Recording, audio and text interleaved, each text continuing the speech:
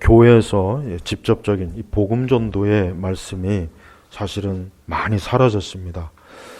우리는 교회에서 즉 우리가 이 교회라고 하는 우리 기독교는 예수 그리스도의 복음에 기초한 그러한 토대가 없어지면 교회는 아무 소용이 없는 것입니다. 우리는 교회라고 하는 것이 사람들이 이곳에 와서 좋은 수양의 말, 그저 좋은 격언을 듣고, 그저 좋은 예화를 듣고, 또 좋은 사람이 되라, 훌륭한 사람이 되라, 세상에서 성공해라, 세상에서 승리해라, 이런 말씀을 교회가 가르치는 것이 그것이 절대 정상이 아닙니다. 교회는 또한 사람들을 정서적인 위로를 해주고 또 어떤 심리적인 안정을 주는 게 또 교회가 아닙니다. 그것은 교회가 하는 일이 정말 아닙니다.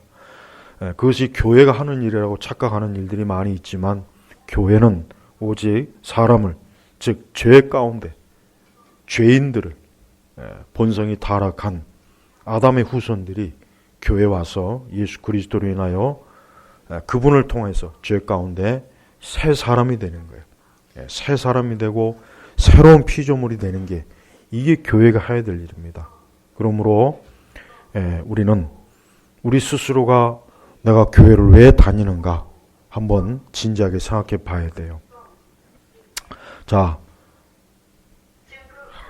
좀 시끄럽게. 자, 저 소리 엄청나게 커요. 저 스피커 우리도 저런 거 좀 사용할까 봐. 저 바깥에다 그냥 달아놓고 지나가는 사람 좀 듣게. 지나가는 사람도 설교 좀 듣고 회개하라고. 자, 그래서 교회라고 하는 것은요, 절대 우리 스스로가 내가 교회를 다니고 기독교 신앙생활하는 것은 가장 정확하게 5절에 보면은 이 말씀의 핵심입니다. 오직 그분의 궁일하심을 따라 거듭남의 씻음과 성령의 새롭게 하심으로. 이 교회라고 하는 것은 바로 이거예요. 그분의, 즉 하나님의 궁일하심을 따라 거듭남의 새로 사람으로 씻겨지는 거예요. 여러분, 세례가 뭡니까? 세례. 이 세례 의식은 씻다. 이 세례란 말의 의미가 그겁니다. 결국은 이 세례 의식은 본질적으로 여기 말씀처럼 거듭남의 씻음, 성령의 새롭게 하심, 다른 말로 하면 성령의 중생케 하심으로 사람이 새 사람이 되었다. 새롭게 되었다. 새롭게 씻김을 받고 이제는 그가 하나님의 사람이 되었다. 하나님의 자녀가 되었다. 이게 세례의 가장 중요한 영적 의미예요. 그래서 교회가 왜 세례 의식을 베푸느냐? 그것은 바로 그가 이제는 그리스도 예수 안에서 이제는 더 이상 옛 사람이 아니라 옛 사람은 물에 잠기고 새로운 사람으로 씻김을 받은 사람이라는 뜻으로 이 세례, 좀 더 정확하게 신약 원의 의미는 침례죠. 침례. 담기는 거예요. 푹 담기는 겁니다. 그래서 우리는 이 세례를 받을 때 내가 그리스도 예수 안에서 새 사람으로 이제 담근다. 이제 내가 그리스도의 피로 씻김을 받아서 새로운 피조물이 되었다는 것을 그걸 제대로 알고 침례를 받던 세례를 받던 해야 됩니다. 그냥 의식 하나 치렀구나 라고 한다면 아무런 영적인 유익이 없어요. 그래서 거듭남의 씻음과 성령이 새롭게 하심으로 하셨다라는 이 의미는 이게 복음의 핵심이고 이게 교회가 붙잡고 있는 기독교 2000년 역사상 이게 성경에서 가르치는 가장 중요한 신앙의 핵심이라는 걸 우리가 알아야 됩니다. 교회가 아무리 모든 걸 잘하고 모든 게 있어도 거듭남의 씻음과 성령의 새롭게 하심이 없다면 그거는 터가 무너진 거예요. 터가 무너진 거예요. 그러니까 아무런 의미가 없는 거예요. 근데 안타깝지만 지금 시대는 예수님이 없고 그리스도가 없고 복음이 없는 그런 교회로 사실은 많이 변질이 됐어요. 물론 예수님에 대한 하나님, 성령님은 언급을 해요. 하지만 사람들이 오해하는 것은 그걸 언급한다고 해서 거기 복음이 있는 건 아니에요. 그래서 우리는 성경을 좀 더 긴밀하게 잘 살펴보므로 이 성령의 이 거듭남, 새롭게 하심, 거듭남의 씻음에 대해서 우리가 바르게 알아야 이 복음의 확신과 구원이 무엇인지를 이해하고 내가 신앙생활하는 겁니다. 무엇보다도 왜 많은 사람들이 복음에 대한 확신이 부족하고 이 복음의 원리에 가장 중요한 건지 뭔지를 모르는 것 중에 하나가 뭐냐면 바로 5절에 보면 우리를 구원하실 때 우리가 행한 의로운 행위들로 말미암지 않고, 이 의로운 행위예요. 인간은 본성적으로 성경에 누누이 나와 있지만 자기의 의로움으로 자기 자신을 구원하려고 하는 그런 속성이 우리 사람들 본성에 깊이 뿌리 박아요. 그래서 복음에 대해서 아무리 설명해줘도 그 복음을 쉽게 받아들이지 못하는 근본적인 이유가 뭡니까? 그것은 다른 게 아닙니다. 여전히 자기의 의로운 행위에 뭔가 뿌리를 내리고 있기 때문에. 그래서 이 디도서에도 우리를 구원하시되, 즉 하나님께서 우리를 구원하시되 죄 가운데 건져주시고 우리를 사망에서 심판에서 건지시되, 그런데 그것이 우리의 의로움, 우리의 선함, 나의 착함, 내가 선한 일을, 좋은 일을 하고 바른 일을 하고 내 바른 인격, 나의 좋은 성품, 그것을 봐서 하나님께서 우리를 구원하시는 것이 아니라 우리의 행한 의로운 행위로 말미암지 않고 오직 그분의 궁하심을 따라. 이 궁일하심은 뭐겠습니까? 이것이 바로 뭡니까? 6절에 보면은 우리 구주 예수 그리스도를 통해, 바로 이겁니다. 그분께서 우리에게 성령을 풍성하게 부으셨으니 이는 우리가 그분의 은혜로 의롭다 하심을 받아. 자, 교회에서 가장 많이 듣는 말이 은혜 받았다. 하나님의 은혜란 말을 가장 많이 쓰지만 제가 볼 때는 은혜라는 말을 가장 이해를 못해요. 은혜라고 하는 것을 가장 신학적으로 성경적으로 이해한다면 절대 복음에 대해서 의심을 할 이유도 없고 자기 자신에 대해서 더 이상 불안해할 필요도 없고 전적으로 그리스도로 향하게 되어 있는 것입니다. 은혜는 뭡니까? 하나님께서 여기 말한 것처럼 우리의 의로운 행위가 아니에요. 우리는 하나님 앞에 나올 때, 하나님께서 사람을 구원하실 때 하나님께서 사람에게 무슨 대가를 받지 않습니다. 사람에게 어떤 옳은 것, 옳은 행실, 옳은 마음, 옳은 태도를 받고 내가 너를 보니까 참 네가 바르구나. 그래서 내가 너에게 구원이라는 선물을 줄 것이다. 그것 자체가 이미 벌써 은혜가 아니에요. 하나님은 사람하고 거래를 통해서 구원하시지 않습니다. 바로 그 의미예요. 우리가 행한 의로운 행위로 말미암지 않고 이걸 꼭 명심하십시오. 여러분, 우리가 이 시간 예수 그리스도를 믿었을 때, 여러분들이 하나님 앞에 예배를 드릴 때, 기도할 때, 신앙생활을 할 때 내가 조금이라도 나를 의식하면서 하나님 앞에 나왔다면 이 말씀을 이해를 못한 거예요. 조금 더 우리 자신을 의식하면 안 됩니다. 우리 자신의 원래 모습이 어떤지 아십니까? 3절에 있습니다. 같이 읽겠습니다. 우리도 전에는 어리석었고 순종하지 않았으며 속았고 여러 가지 정욕과 쾌락의 종로로 타있으며 악의와 시기 가운데 살았고 싫어하고 서로 미워하였다. 이게 우리의 본질, 이게 인간의 본래 모습이에요. 우리 본래 모습이에요. 이게 본래 모습이에요. 근데 이런 본래 모습을 우리 스스로가 개선하고 고치고 도덕적, 윤리적으로 뼈를 깎는 돌을 닦아서 주여 이제 내가 새 사람이 되었으니까 하나님 날 좀 이제 받아주십시오. 구원해 주십시오. 나를 천국으로 인도해 주십시오. 그겁니까? 아니에요. 아니라는 거예요. 그게 아니라는 겁니다. 우리의 본래 모습이 어리석어요.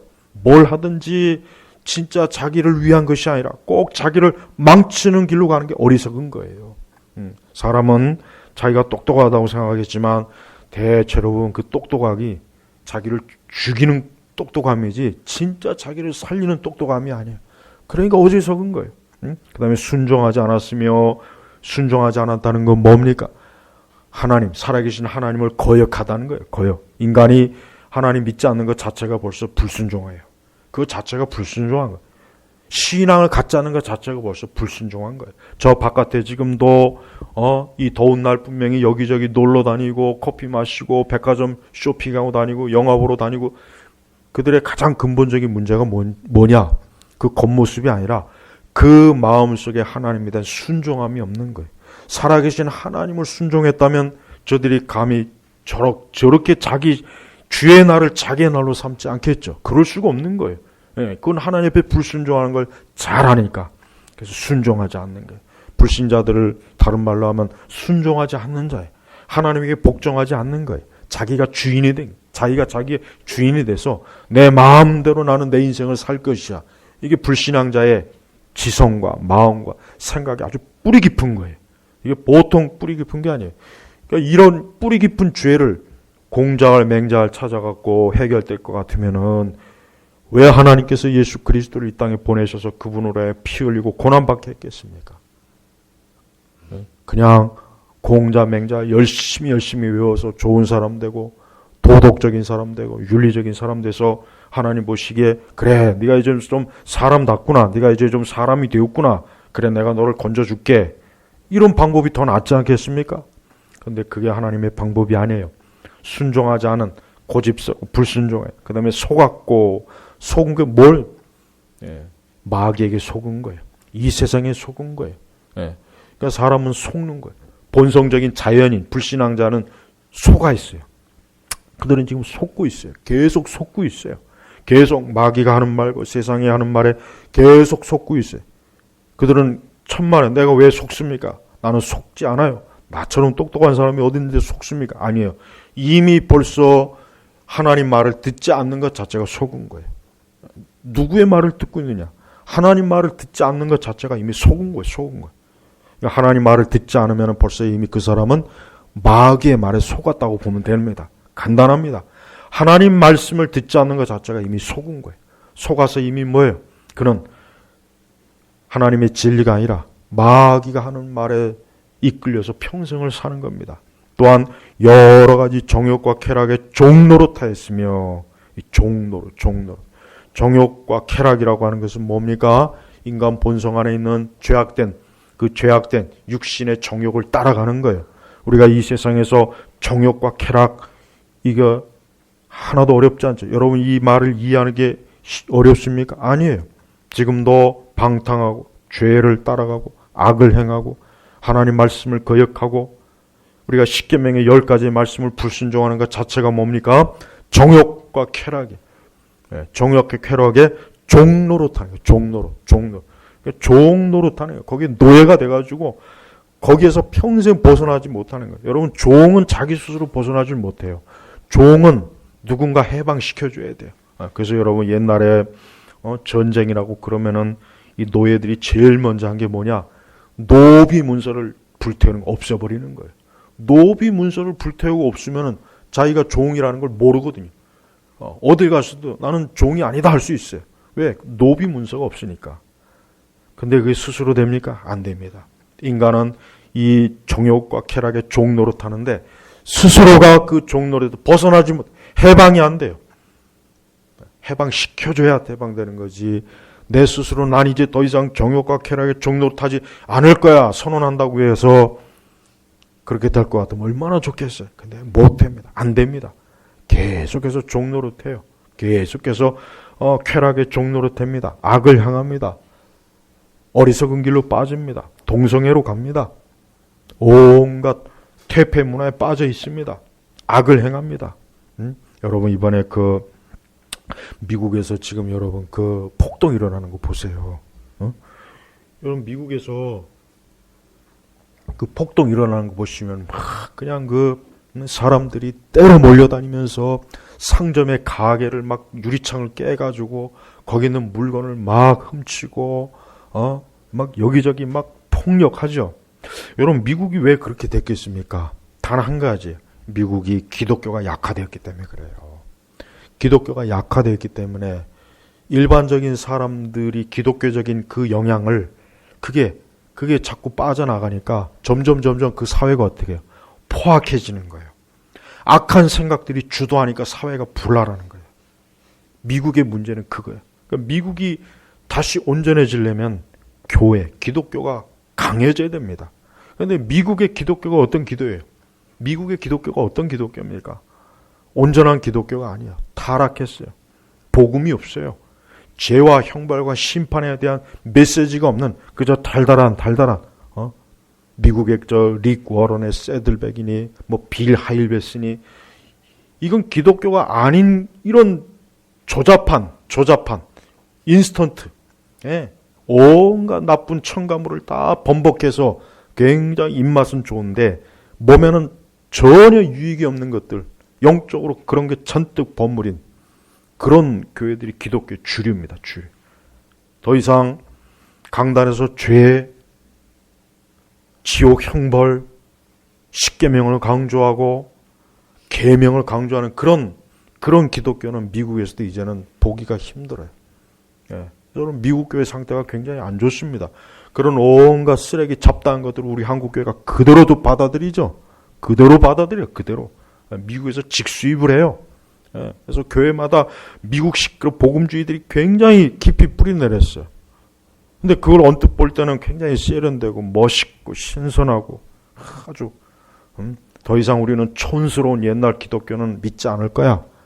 우리 할아버지 할머니가 믿던 그런 구식의 기독교는 올드한 기독교는 그건 난 마음에 안 들어. 그거는 멋이 없어. 세련되지가 않아.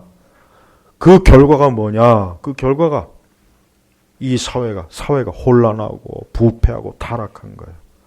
옛날에 미국이란 나라가 기독교가 영향이 강할 때는요. 교회 안 다니는 사람들도 기독교의 영향을 받고 있기 때문에 함부로 행동을 안 해요. 그리고 일반적인 도덕과 윤리적인 수준이 높아요. 교회를 안 다녀도 교회 안 다녀도 십계명 다 합니다. 옛날 미국의 60년대 50년대는요. 교회 안 다녀도 십계명 다 알아요. 왜 합니까? 교회 학교 가면 가르쳐 주거든요. 학교 가면 가르쳐.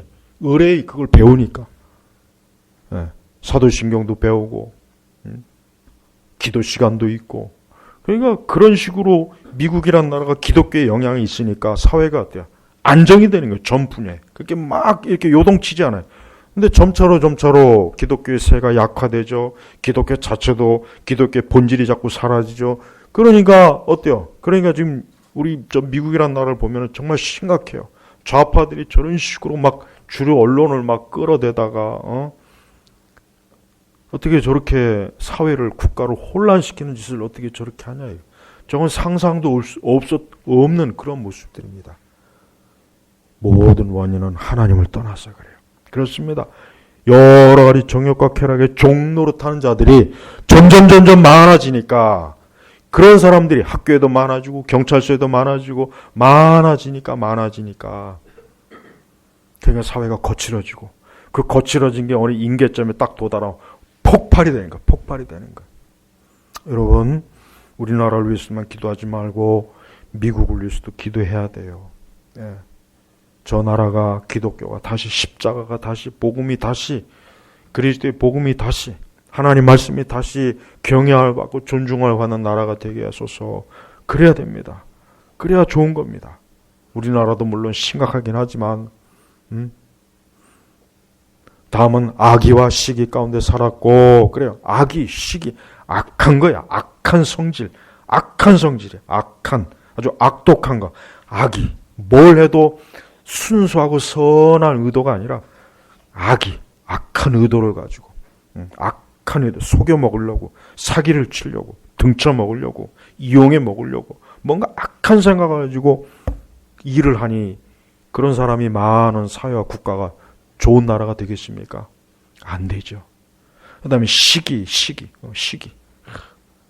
그래서 항상 자기를 중심으로 사는 거예요. 시기하는 거. 그 다음에 싫어하고 서로 미워하고. 여러분 이 3절의 이 말씀을 가만히 보십시오. 우리에게 다 있는 거예요. 내 안에 다 있는 겁니다. 아직 우리 안에 이러한 죄성이 여전히 있어요. 그래서 우리 자신에 대해서 방심하면 안 됩니다. 성도는 제일 먼저 자기 자신에 대해서 방심하면 안 돼요. 항상 제일 먼저 제일 첫 번째 감시 인물 자기야. 남이 아니라 먼저 자기를 감시해야 돼요. 그래서 절대로 함부로 자기를 말씀의 이 울타리에서 벗어나지 못하도록. 여러분 가끔가다 동물에는 뭐 맹수가 뛰쳐나왔다 그러잖아요. 가끔가다. 그럼 그게 뛰쳐나오면 난리죠. 뭐 호랑이나 사자가 뛰쳐나오면은 이거 잡느라고 난리야. 우리 인간 안에는 죄악의 맹수가 있어요. 우리 안에는 죄악의 맹수가 있단 말이에요. 그러니까 그런 것들이 말씀으로 잘 이렇게 울타리가 쳐주면은 사람이 함부로 못해요. 그러면은 어때요? 인간의 삶이 평안하고 안정되지만 여러분 만약에 이 서울 시내에 이 문정동 요 앞에 교회 앞에 만약에 사자 한 마리가 떡하니 버티고 있으면 어떻게 해요? 함부로 어떻게 해요? 그것들 앞에 떡까지 버티고 있으면 오늘 집에 가긴 틀렸어요. 저걸 빨리 어떻게 하든지. 그러니까 이 사람은요, 우리 안에 있는 이 타락한 이 맹수 같은 이 사나운 죄악의 본성의 이것들이 날뛰지 못하게 해야 되는 거예요. 그래서 여러분, 기독교는 말씀으로 철저하게 자기 자신을 억제시키는 게 이게 기독교입니다. 근데 교육에서부터 풀어주는 교육에서부터 인간의 본성을 풀어놔라. 아이들을 혼내면 안 된다. 아이들을 때리면 안 된다. 아이들에게 꾸중하면 안 된다. 아이들을 너무 지나치게 통제하면 정서가 안 좋다. 그런 교육이 자꾸 발생하니까 종교에 대해서도 종교적으로 자꾸 그렇게 주입하면 안 된다. 특히 기독교는 아주 아이들 정서에 해로운 종교다. 이 새로운 무신론자들이 그렇게 그냥 막 쏟아부어요. 책에다. 그러니까 그걸 듣고 목회자들이 또 그런 책을 읽고 그걸 잘 분별해야 되는데, 이 교회에서도 이 말씀을 그냥 이렇게 막 하나님의 계명을 막 강조하면 안 되겠구나. 그래서 사랑으로 안 됩니다. 그렇게 다 풀어놨다가는 망해요. 다 망하는 거예요. 하나님은 사람을 창조했기 때문에요, 사람을 다루는 방법을 하나님보다 잘하는 존재는 없어요. 그러니까 사람은 하나님의 말씀대로 할 때 사람이 진짜 잘 되지, 하나님의 말씀 벗어나면요, 사람은 그날로 끝나는 겁니다. 봐세요. 이런 거예요. 우리도 바로 이런 사람이었는데, 근데 4절에 그러나 우리 구주 하나님의 인자심과 사람을 향한 사랑이 나타나 우리를 구원하시되, 그런 죄악된 사나운 맹수 같은 그런 삶을 살았던 우리를 하나님께서 사랑으로 그분의 인자하심으로 우리를 구원했어요. 근데 우리가 뭘 잘해서 구원한 게 아니야. 네가 이제부터 내 앞에서 한 1년 동안 잘하면 내가 너를 구원해 줄게. 응? 우리나라 그 전설 있죠. 우리나라 전설. 호랑인지 곰새끼인지 굴 속에서 마늘을 3개월을 먹었다나 뭐랬다나 해가지고 곰새끼가 결국은 마늘을 잘 먹고, 미련 곰탱이지. 그 마늘을 왜 거기서 먹고 처먹고. 나는 가끔은, 그러니까 한 민족의 신화를 보면 그 민족성을 알 수 있어요.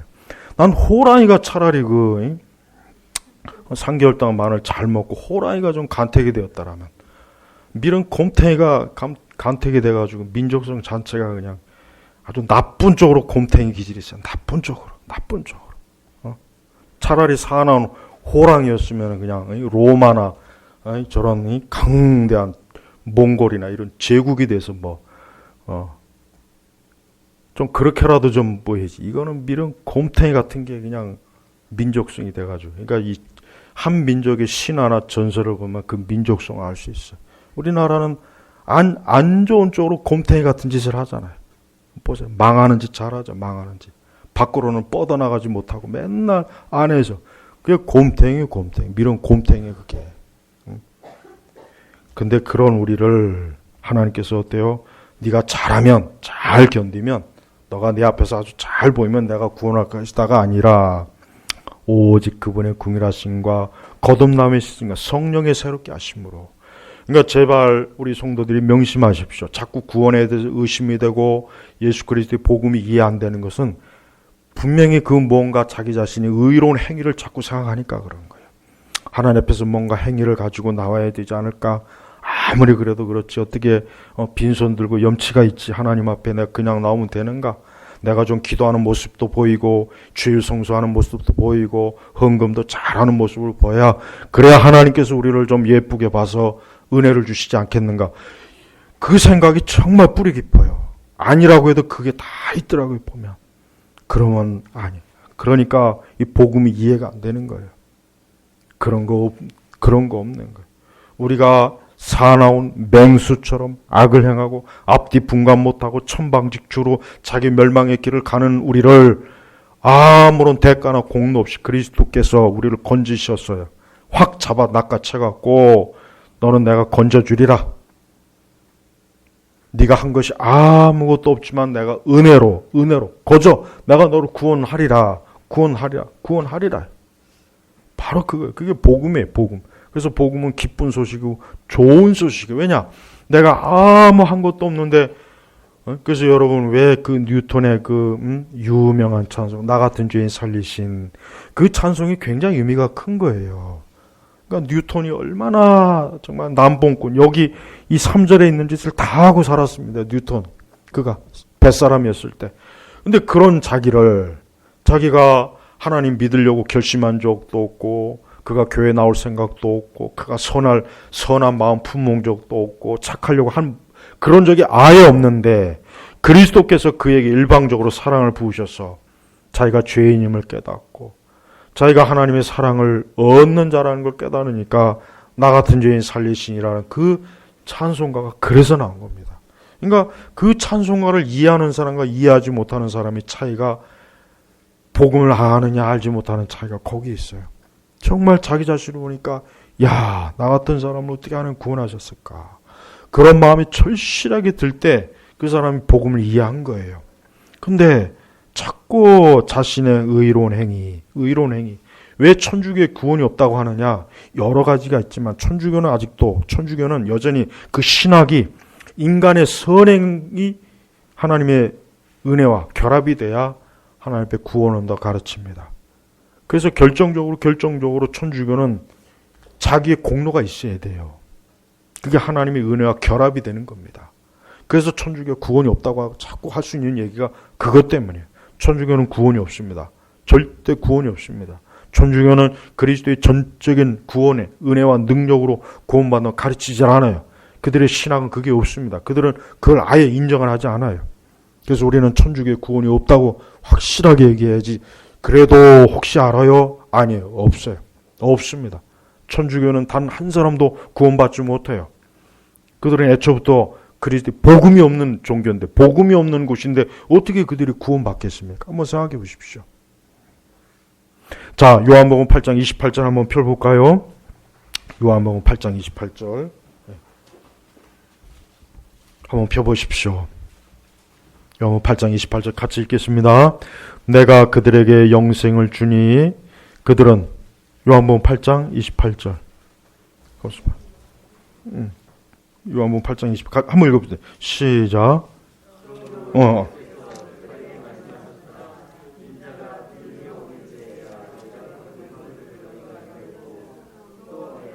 깜짝 제가 말씀을 잘못 찾은 것 같네요.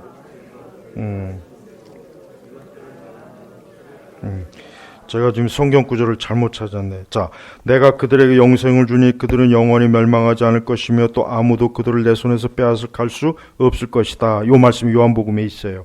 자, 보십시오. 하나님께서는 영생을 줄 수 있는 권한이 있어요. 권한. 영생을 주는 권한이 있어요. 권한. 그리고 하나님께서 영생을 줄 수 있는 권한이기 때문에 그 영생을 누구도 빼앗지 못한다고 말씀한 거예요. 그러니까 우리는 구원이라는 것은 처음부터 끝까지 우리에게는 아무 권리가 없어요. 사람이 할 수 있는 건 단 하나밖에 없습니다. 내가 너에게 구원을 주리라, 예수 그리스도를 믿으라면 그냥 감사하고 받는 겁니다. 받는 겁니다. 그 앞에서 그래도 하나님, 내가 뭘 좀 해야 되지 않겠습니까? 내가 무슨 공로를 좀 세워야 되지 않겠습니까? 내가 그래도 하나님 앞에 좀 개선된 모습을 보여줘야 되지 않겠습니까? 아닙니다. 필요 없다 그래요. 하나님 필요 없으니까 그냥 와라. 내가 영생을 줄 거니까 그냥 와라. 오면 된다. 그러니까 하나님께서 한번 우리를 구원하시기 때문에 구원은 취소가 안 됩니다. 주소는 중도 포기가 안 되는 거예요. 그래서 자꾸 영원한 구원에 대해서 의심하는 사람도 있고, 하나님께서 그를 구원하셨다고 해도 믿지 않아요. 자꾸 받아들이질 않아요. 그것은 하나님의 은혜를 전적으로 받아들이지 않기 때문에 그러는 것이에요. 성도 여러분, 우리는 하나님께서 우리에게 주시는 구원이 전적으로 하나님께서 일방적으로 우리에게 쏟아 부은 거예요. 우리하고 협의한 게 아닙니다. 나하고 의논한 게 아닙니다. 하나님께서 지분을 내가 너를 구원해 줄 테니까 너는 30만 하고 나는 70 이렇게 지분을 서로 나누자. 그것도 아닙니다. 전적으로 하나님께서 뭡니까? 오직 그분의 긍휼하심을 따라 거듭남의 씻음과 성령의 새롭게 하심으로 하셨다. 그리고 아까 말씀처럼 아무도 그를 내 손에서 빼앗을 갈 수 없을 것이다. 못 빼앗습니다. 한번 하나님의 손에 들어온 자는 누구도 빼앗을 수 없어요. 우리 스스로도 난 이제부터 구원받지 않을 거야. 난 이제부터 구원 취소해. 내가 취소해. 그것도 허용이 안 돼요. 그것도 허용이 안 됩니다. 성도 여러분, 예수 그리스도의 복음은 이렇게 너무나 감사한 거예요. 만약에 구원이 우리 사람에게 조금이라도 지분이 있었다면 어떻게 우리 자신을 믿을 수가 있겠어요? 어떻게 우리 자신이 신뢰할 수 있고 안심할 수가 있겠습니까? 못하는 거예요. 그러니까 하나님께서 전적으로 구원을 하나님 편에서 딱 주도권을 잡고 우리를 구원하시고 우리를 성령으로 새롭게 하시고 중생의 거듭남과 씻음으로 우리를 하나님이 택하셔서 너는 내 것이다, 내 것이다라고 일방적으로 우리를 하나님의 사람으로, 하나님의 백성으로, 자녀로 우리를 끌어들이는 겁니다. 그러니까 여러분, 제발 예수 그리스도를 믿는 일에 주저하지 마십시오. 또 이미 이러한 메시지를 들었으면 한번 나는 예수님 믿는 사람이야, 나는 구원받은 사람이야, 나는 그리스도를 부인할 수 없어, 이런 마음을 가지고 있는 사람은 의심하지 마세요. 다시는 그래도 내 구원이 혹시 잘못되지 않을까? 내가 혹시 잘못해서 혹시 구원이 취소되지 않을까? 그런 생각도 하지 마십시오. 하나님을 아는 사람은 하나님이 순종해요. 전적으로 받아들이는 거예요. 그래서 예수님 뭐라 했습니까? 어린아이 같은 믿음으로 주님을 의지하고 바라보는 자가 구원받는 거예요. 그런데 여전히 자기를 의심하고 하나님의 호의도 의심하고 그러면 어때요? 구원이 없는 겁니다. 구원을 받을 수가 없는 거예요. 그러니까 우리 자신의 본성에 기대지 말고 전적으로 무엇에 기대입니까? 6절에 보니까 우리 구주 그리스도를 통해 그분께서 우리에게 성령을 풍성히 부으셨으니 이는 우리가 그분의 은혜로 의롭다 하심을 받아 영생의 소망을 따라 상속자들이 되게 하라는 것이다. 보십시오. 아까 이제 디도서 3장으로 넘어왔습니다. 다시 이 말씀에 보면 오직 그분 하나님의 은혜 그리스도를 통해 여기에 사람이 있습니까? 없잖아요. 전혀 없어요. 오직 그리스도, 성령, 하나님, 삼위일체 하나님께서 전적으로 우리를 뭡니까? 구원자로, 하나님의 상속자로 하나님께서 어때요? 우리를 세우셨다고. 말씀이 철저하게 이렇게 나와 있습니다. 더 이상 여러분 우리 자신에게 기대를 갖지 마십시오. 예수님을 믿는 일에 주저하지 마세요. 혹시라도 지금 이 말씀을 들으면서도 여전히 그래도 내가 구원에 대해서 하나님이 날 구원하셨을까? 그래도 다른 사람은 몰라도 나는 아직 뭔가 구원의 확신이 자꾸 이런 마음이 들 때마다 제발 이 말씀을 깊이 보십시오. 여기에 하나님께서 사람에게 조금 더 여기에 사람이 개입할 수 있는 여지가 없어요. 아예 없습니다. 아예 끼어들지 못하게 했어요. 하나님께서는 창세 이전부터 벌써 인간의 구원에 대해서 사람이 끼어들지 못하게 딱 막아버렸어요. 아예 처음부터 딱 막아버렸어요. 조금이라도 사람이 끼어들 수 있도록 하나님께서 빈틈을 놓지 않았어요. 성부와 성자, 성령, 삼위일체 하나님께서 우리의 구원을 처음부터 주도하시고 인간은 그저 하나님이 주신 은혜를 받는 거예요. 그래서 그걸 믿는 거예요. 믿으면 되는 겁니다. 믿음조차도 하나님 주셔요. 믿음조차도 하나님 주십니다. 믿음도 내 의지가 아니에요. 믿음도 내가 으쌰으쌰해서 믿을 거야 100번 1000번 암송해서 믿는 게 아닙니다. 믿음도 하나님 부어주시는 겁니다. 그냥 이 말씀을 단순히 받으십시오. 그런 사람이 바로 뭡니까? 상속자들이 되게 영생의 소망을 따라 하나님의 자녀가 되는 상속자가 되는 거예요. 아까 오전의 말씀처럼 유업을 얻게. 상속자, 유업. 하나님께서는 모든 사람을 구원하지는 않습니다. 하나님께서 모든 사람을 구원해갖고 모든 사람을 다 하나님의 자녀로 세우고 상속자로 주질 않아요. 하나님이 먼저 택해서 내가 너에게만 내가 하나님 나라를 상속할 거다. 너에게만. 바로 그 사람이 누굽니까? 우리 그리스도인이에요. 모든 사람을 택하지 않아요. 오직 너에게만. 오늘 이 말씀을 듣는 분들은 하나님께서 이 말씀을 통해서 상속자로 삼으시려고 하는 겁니다. 이 말씀을 들려주는 의도가 뭐겠습니까? 성령께서. 그것은 상속자로 삼게 하려고 하는 거예요. 상속자로 삼으려고 할 마음과 뜻과 계획도 없으면서 말씀을 선포하지는 않아요. 하나님께서 그런 사람들에게 말씀을 들려주지는 않습니다. 하나님께서는 구원할 자, 상속할 자, 영생으로 이끌 자에게 하나님께서 어때요? 말씀을 들려줘서 그가 이 말씀을 받아들이고 이제 나는 그리스도 예수 안에서 상속자가 되었습니다. 영생을 유업으로 얻습니다. 하나님 나라를 이제는 상속받습니다. 그렇게 깨닫게 하시는 겁니다. 성도 여러분, 다른 어떤 것보다 이 구원은 우리 신앙의 기초입니다. 우리가 구원받지 못하고 신앙생활을 하는 것은 그것이 바로 종교생활이라는 거예요. 그런 종교생활은 우리에게, 물론 그런 종교생활도 유익은 있어요. 그걸 통해서 위로도 받을 수 있고 안위함도 얻을 수 있고 그걸 통해서 마음의 평안을 얻을 수 있지만, 그러나 구원을 받지 못하는 거예요. 궁극적으로 구원을 받지 못하면서 잠깐의 평안과 위로는 도움이 안 되는 거예요. 병원에 가서 수술 받거나 병을 치료할 때 완치가 돼야지. 완치가 돼야 그게 정상이지. 그래서 잠깐 고통만 좀 없애면 된다. 그래서 잠깐 뭐 통증만 없애면 된다. 그거는 아무 의미가 없잖아요. 그럼 또다시 시간이 지나면 또 통증이 오고 또 고통을 받아서 괴로울 거 아닙니까? 바로 그래요. 여러분이 그리스도를 믿는 그 믿음이 확고할 때 완치가 되는 거예요. 완치가 되는 거예요. 완전히 이제 너는 내 사람, 하나님의 사람, 의로운 자가 됐다. 거듭났다. 중생했다. 그렇게 딱 완치. 이제 넌 새 사람이야. 새로운 피조물이야. 그게 하나님께서 뜻하시는 거예요.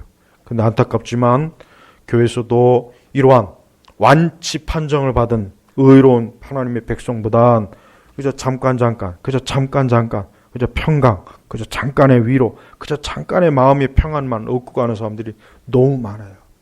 여러분, 그걸 기독교의 교회의 목적으로 삼지 마십시오. 절대 그걸 목적으로 삼지 말고 내가 그리스도 예수 안에서 완전한 구원의 확신과 믿음을 가지고 하나님의 자녀가 된, 상속자가 된 그런 믿음을 확고하게 잡고 신앙생활 하십시오. 그래, 그게 목적입니다. 교회는 그런 사람들이 모여서 하나님을 섬기는 거예요. 절대 여러분, 구원에 대해서 애매모호하게 처리하지 마세요. 구원에 대해서 미지근하게, 뜨겁든지 차갑든지 어느 한쪽으로 하십시오. 내 자신의 구원에 대해서 의심하지 마세요. 그리고 여러분, 구원에 대해서 일단 이 말씀을 들었으면 나는 구원받은 자로서 택함 받았다 믿으십시오. 거기에 자꾸 마귀가 끼어들어요. 아니야. 그런 생각 하지 마. 마귀가 그렇게 교묘하게 유혹합니다. 그러나 그 말을 무시하세요. 나는 이 시간 이후로 구원받은 사람이야. 하나님의 백성이야. 하나님의 자녀가 되었어. 이제 나는 그리스도 예수 안에서 새로워졌어. 거듭났어. 중생했어. 성령이 내주했어. 이렇게 믿으십시오. 거기다가 더 이상 다른 걸 붙이지 마세요. 거기에 다른 말이, 다른 생각이 들어올 때마다 그걸 말씀으로 막으십시오. 그래야 하나님 앞에서 우리 자신이 어때요? 믿음에 견고하고 굳게 서는 겁니다. 사실 많은 그리스도인들이 자기 자신의 구원에 대한 것, 자신의 안전함, 자신의 확고한 하나님 나라에 상속받은 자로서 있는 것에 대해 불안해하는 분들이 많이 있어요. 저는 그분들이 오늘 이 말씀을 듣고 이제 나는 더 이상 내 자신, 우리가 행한 의로운 행위가 아니고 오직 그분의 궁일하심을 따라 거듭남의 씻음과 성령의 새롭게 하심으로 내가 새로워졌구나. 나는 새 사람이 되었구나. 자신의 상태를 믿는 사람이 되길 바랍니다. 믿지 않는 자가 되지 말고 믿는 자가 되십시오. 여러분을 하나님께서, 성령께서 택하셔서 새로운 사람이 된 거예요. 하나님의 새로운 피조물이 된 겁니다. 이젠 더 이상 옛사람이 아니에요. 특별히 3절에 우리도 전에는 그리스도인은 전과 후가 이제 확실하게 다른 거예요. 그래, 우리도 전에는 그래, 나도 전에는 이렇게 악을 행했지, 어리석었지, 속았지, 미혹이 됐지, 미련한 길로 갔지, 이 세상의 풍습과 악행을 쫓았지. 그러나 이제는 이제는 아니에요. 이제는 그리스도 예수 안에 있어요. 새롭게 되었어요. 씻었어요. 성령께서 우리를 새롭게 해주셨어요. 그래서 더 이상 이제는 옛 사람이 아니에요. 이젠 어리석은 육의 백성이 아니에요. 마귀에게 속한 자가 아닙니다. 세상에 속한 자가 아닙니다. 이제 새로운 사람이 된 거예요. 바로 이겁니다. 교회는 이러한 복음을 부지런히 사람들에게 전파하는 거예요. 그리고 교회 안에 있는 사람도 이러한 메시지를 반복해서 들어야 됩니다. 한 번 듣고 끝나는 것이 아니라 계속해서 이 복음의 메시지를 들을 때 그 믿음이 확고하게 바뀌는 거예요. 못을 박을 때 여러분 한 번 치는 게 다가 아니죠. 여러 번 쳐서 그 못이 완벽하게 박히는 것처럼 여러분이 자꾸 구원에 대한 의심과 자꾸 구원에 대해서 자꾸 확신이 없을 때는 성경의 말씀은 이거 말고도 신약 성경 서신서에는 몇백 구절이 넘는 구원에 대한 말씀이 굉장히 많습니다. 그 여러분 의심하지 마십시오. 여러분 하나님의 백성이에요. 난 하나님의 자녀다. 나는 성도이다. 나는 상속받은 자다. 이제 내 옛사람은 죽었다. 이제 나의 옛 죄와 어리석음은 깨끗하게 그리스도의 피로 씻겨져서 나 이제 새 사람이 되었다. 이제 새로운 그러한 하나님의 사람으로. 디도서 2장 14절 같이 읽겠습니다. 2장 14절 그분께서 우리를 대신하여 자신을 주신 것은 우리를 모든 불법에서 구속하시고 깨끗하게 하셔서 선한 일에 열심을 내는 자신의 소유된 백성이 되게 하시려는 것이다. 보십시오. 지금 이 말씀도 3장 7절과 같은 말씀, 같은 내용입니다. 보세요. 하나님께서는 이러한 구원의 말씀에 대해서 계속해서 반복해서 사도들이 계속 이 말씀을 확고하게 확증하게 했어요. 왜 그렇습니까? 자기 백성이, 자기 자녀들이 의심하지 않고 확신을 가지고 하나님의 백성이 되었다는 걸 알게 하는 거예요. 그리고 이제는 새로운 하나님의 백성으로서 우리가 가야 될 길이 뭡니까? 선한 일에 불법에서 구속되고 깨끗하게 하셔서 선한 일에 열심을 내는 하나님의 소유된 백성이 된 거예요. 하나님의 자녀가 된 거예요. 그래서 그리스도인은 자기 신분이 바뀐 걸 아는 사람이 그리스도입니다. 어떤 사람이 믿음이 온전합니까? 내가 이제 신분이 바뀌었구나. 내가 이제 새 사람이 되었구나. 내가 새로운 피조물이 되었구나. 이걸 명확하게 아는 사람이 그리스도인입니다. 그리고 여기에 대해서 의심하지 마시고 확신을 가지십시오. 확신을 가지십시오. 의심하지 마세요. 마귀는 의심을 줘요. 마귀가 하는 일이 뭐겠어요? 자꾸 우리에게 의심을 주는 거예요. 넌 아직 거듭나지 않았어. 중생하지 않았어. 새 사람이 안 됐어. 넌 새로운 피조물이 아니야. 그럼 자꾸 거기에 길을 기르면 우리는 어떻게 됩니까? 계속해서 옛사람의 형태로 자꾸 가려고 그래요. 자꾸 거기를 기웃기웃거려요. 그러나 우리가 확신을 가지고 난 새 사람이고 새로운 피조물이 되었다 그러면은 우리는 이제 계속 그쪽으로 갑니다. 그쪽으로만 우리의 인생의 길을 자꾸 발걸음을 그쪽으로 되어드리는 거예요. 우리 성도 여러분, 이제 더 이상 의심하지 마십시오. 구원에 대해서 자꾸 의심하지 마십시오. 구원받은 거에 대해서 자꾸 자기 자신의 부족함, 나의 행위, 나의 뭔가 미치지 못하는 거, 거기에 귀를 기울이지 마십시오. 언제 주님께서 우리에게 그걸 요구했습니까? 그걸 가져오라고 했습니까? 그런 상태를 만들라고 우리에게 요구했습니까? 아니, 없습니다. 제발 일방적으로 하나님의 은혜로 주시는 이 말씀을 받아들이십시오. 그때 자유함이 있어요. 그때 우리 안에서 성령께서 내 자신이 하나님 앞에서 새 사람이 되었다는 것을 깨닫게 하실 겁니다. 저는 우리 교우분들이 다른 것보다는 구원의 확신을 가지고 그리스도의 십자가를 의지하고 더 이상 의심하지 않는 신앙생활을 좀 하기를 원해요. 더 이상 거기에 대해서 두 번 다시 옛 초보의 길을 또 닦지 말고 계속해서 장성한 자로 이제 나가야 되는 거예요. 교회를 아무리 오래 다녀도 구원의 문제, 구원의 확신의 문제에 대해서 자꾸 반복하면은 장성한 자가 못 됩니다. 계속 제자리에 머물게 되는 거예요. 제발 우리 교회는, 우리 성도들은 그런 분들이 한 분도 없기를 저는 원해요. 그래서 제가 이 말씀을 자꾸 반복하는 이유가 나는 이제 그리스도 안에서 새 사람, 새로운 피조물, 나는 이제 영생을 받은 자예요. 나는 하나님의 유업을 받았어요. 나는 이제 그리스도 예수로 인하여서 이제는 하나님의 자녀가 되었고 새로운 백성이 되었고 새로운 신분을 가진 자가 되었다. 그 확신 가운데 머무는 그런 성도가 저는 되길 원합니다.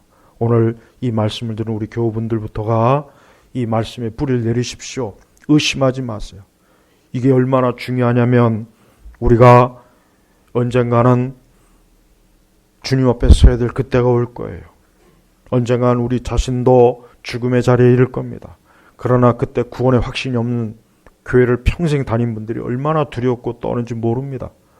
불안해합니다. 공포에 쩝니다. 어쩔 줄을 모릅니다.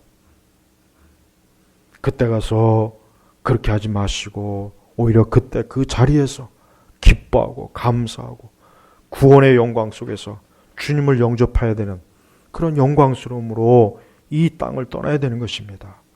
천국에 입성해야 되는 것입니다. 저는 우리 모든 교우분들이 그때 그럴 수 있으리라 믿습니다. 오늘 이 말씀을 확고하게 붙잡는다면 그때 그 자리에서 반드시 그렇게 될 거로 믿습니다. 기도하겠습니다. 하나님 아버지 감사합니다. 이 시간에도 하나님의 거룩한 이 구원의 말씀, 이 복음의 말씀이 증거했습니다. 주여 이 말씀을 받아들이게 하시고 믿게 하시옵소서. 조금 더 우리 자신에게 눈을 돌리지 말고 우리의 행위나 우리의 의로운 그 어떤 것도 눈길을 주지 말고 전적인 그리스도 하나님의 그 사랑에 기대고 그리스도의 십자가 기대는 그러한 성도들이 되게 하여 주시옵소서. 간절히 기도하며 예수님의 이름으로 기도 올렸습니다. 아멘.